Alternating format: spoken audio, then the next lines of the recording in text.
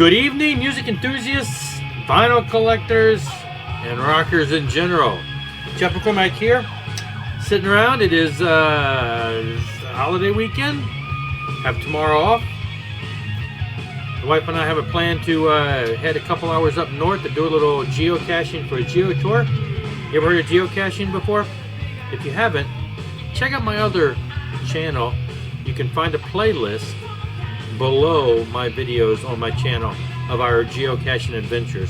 Basically, you're using your phone or a GPS to go and find hidden caches. It's kind of a fun thing. Gets me out of the house, a little exercise. Anyway, doing that tomorrow, so I got tomorrow off. So tonight I figured I'd sitting here, had some food here, got my favorite soda of choice, Zevia. It's made with stevia, a little healthier than regular diet soda. And I decided to, I know I've done some, I'm really new at this and have just started doing videos. One of the earlier videos I did was some of the new vinyl I had from August, and that of course was vinyl that was new releases, usually the modern day releases. But I went ahead and dug out some of the stuff I'd gotten in August. I think I got a good majority of it, so this may be a longer video than before, but not too long. Though I might have missed some. Anyway, this is basically, since we're into September now, I wanted to close out August, the August month, even though we left it, just to kind of look back at some of the new, older used vinyl that I got during the month of August and share that. I guess I'm kind of catching up with doing new videos and stuff. Anyway, a lot of stuff I've been buying from Discogs, decent prices from some people on there, and some I've gotten from local stores. One of the recent shipments I got from a guy at Discogs, I had a couple different vinyls that he had, so I went ahead and grabbed them all. One is Quiet Riot. It's in pretty good condition. I played it, and minor surface noise. I probably could clean it up, but it's really in very good condition. Of course, their first major album. Yeah, I would love to have their albums 1 and 2 on vinyl. But anyway, Japanese releases. Anyway, one of the early Christian, oh my gosh, sorry, got some Christian releases over here too. One of the early, greatest heavy metal albums of the time. I guess they say was one of the first metal albums that went #1. Anyway, great stuff. I love Quiet Riot, and hope to get some more there. But I have a couple more of their vinyls, but I hope to get some more also. This is funny because this one was, I just saw this on Darcy 6 Strings 9 Lives. He showed that he got this a couple weeks ago on one of his videos. And I think back, wow, I probably got this around the same time he was doing a video for it. Of course, I wasn't doing videos. King Cobra, Ready to Strike. Just one of my ultimate loves from the 80s. I love this album. It's in really good condition. It's got a sticker on here. I didn't want to take that off. I didn't want to rip the... and it's a promo. I didn't want to rip the cover, but it's got a gold stamp promo. It's in very good condition. Sounds great. Anyway, they put out another album after this with which was a lot more commercial. And as he had mentioned on his channel, if I were to find a copy for a decent price, I'd probably buy it. But honestly, it's so different. It's not really in the same style.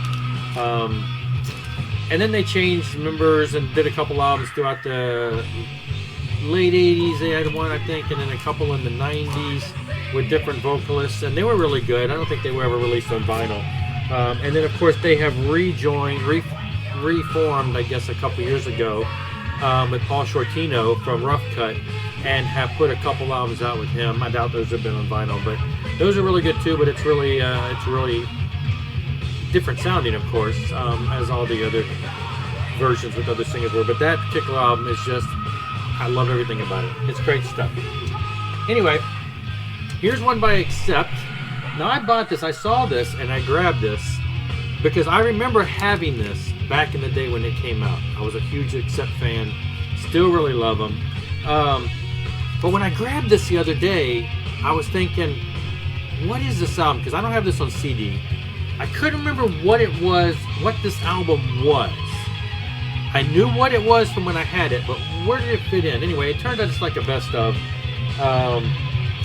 So it's got, you know, songs from their first few albums. It's from 1983, so it was before you really got into the whole, you know, when they got really big on MTV and stuff. It's kind of a best of from the breaker and things. But here's the funny story. Funny to me. Back in the early 80s, I guess, around the time when they were just getting popular, my cousin's older brother had one of their albums. And, of course, it had this song on it, and me and my cousin, who were 13, 14 years old, played the song. It was just so abrasive because it's like, oh, they're cussing in the song. Anyway, it's the song S.O.B. So it's on here. So I remember back in the 80s, when I bought this, I thought, oh, there's that funny song. I didn't at that time know which of the early Accept albums that was from. So I wasn't too worried about it, but here's the song. I'm like, oh, now we have it. When you buy this, and the song is totally censored. It's like the words don't make any sense when they say it. So it's funny because it's really, like I said, it's really censored. And I thought that's not how I remember hearing it. I remember hearing the word. I remember hearing them say it. It was later that I found the original release that actually has the uncensored version, and then this version was censored. So I thought when I saw this, it was in great condition. I thought this would be cool to have. It's just like I say, a best of their older stuff. I'd like to get their older stuff on vinyl, and all their other stuff on vinyl because I really enjoy them. But this was just cool to have, and the fact that I saw it there, I'm like, wow, this is something I haven't seen very much. I'm not even sure if they put that out on CD. I've never run across it. I don't have it, but all right. I was excited to have this. I'm a big Night Ranger fan, and I grabbed this, and so this gives me, I have their second, third, and fourth album.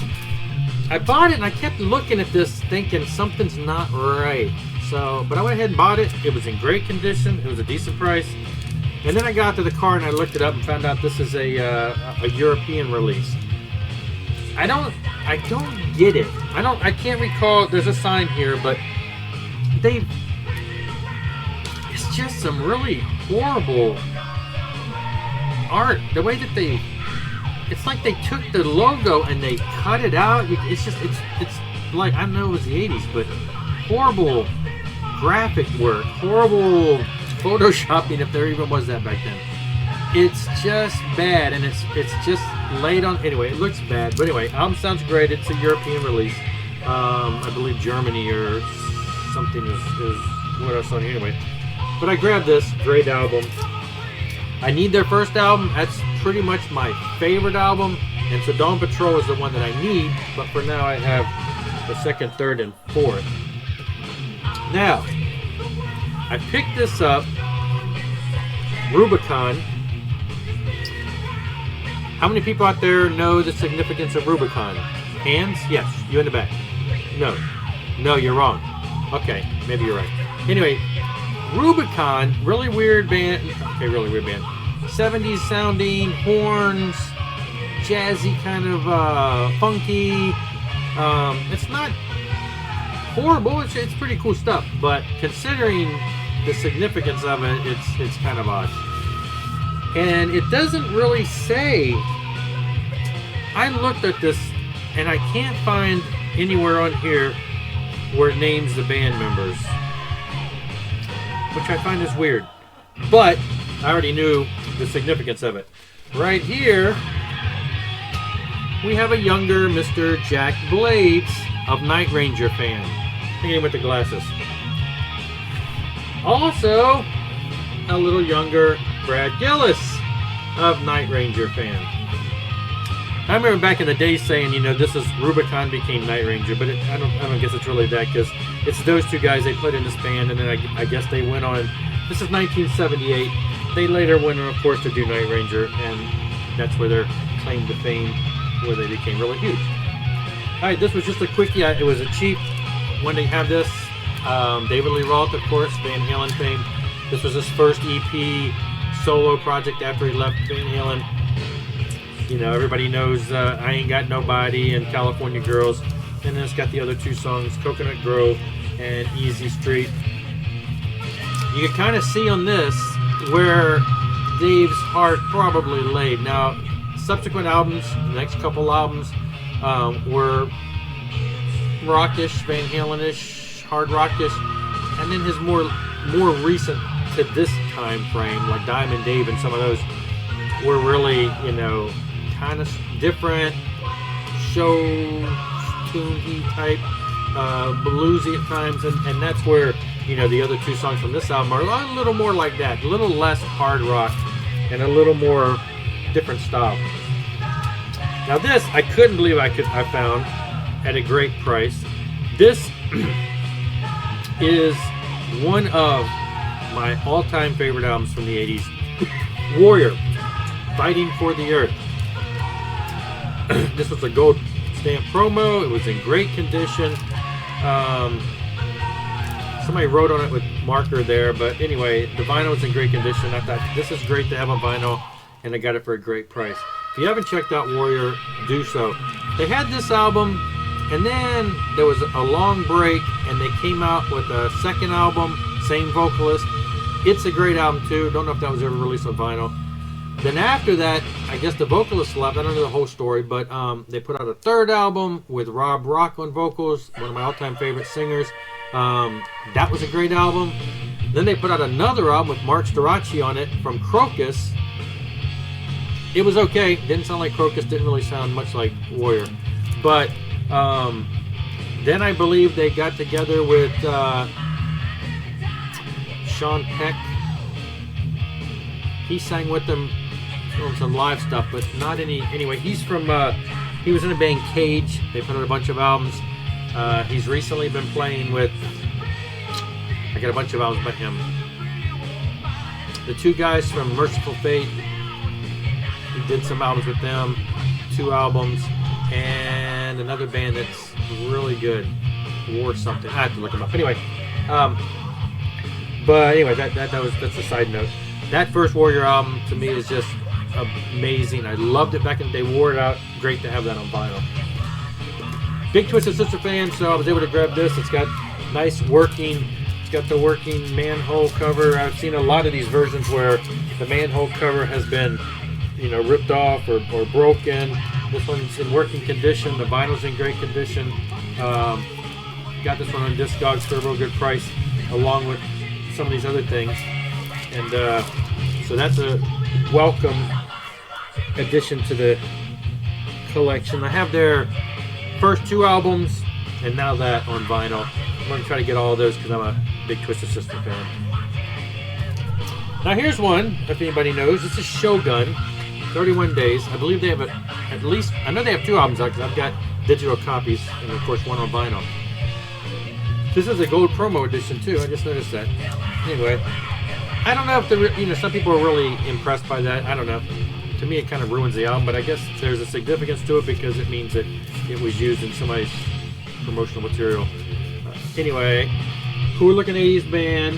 If you don't know the significance of this, this contains the vocalist that was in Tokyo Blade for their first album, and I guess they're in EP and stuff. In the early days, Tokyo Blade's vocalist.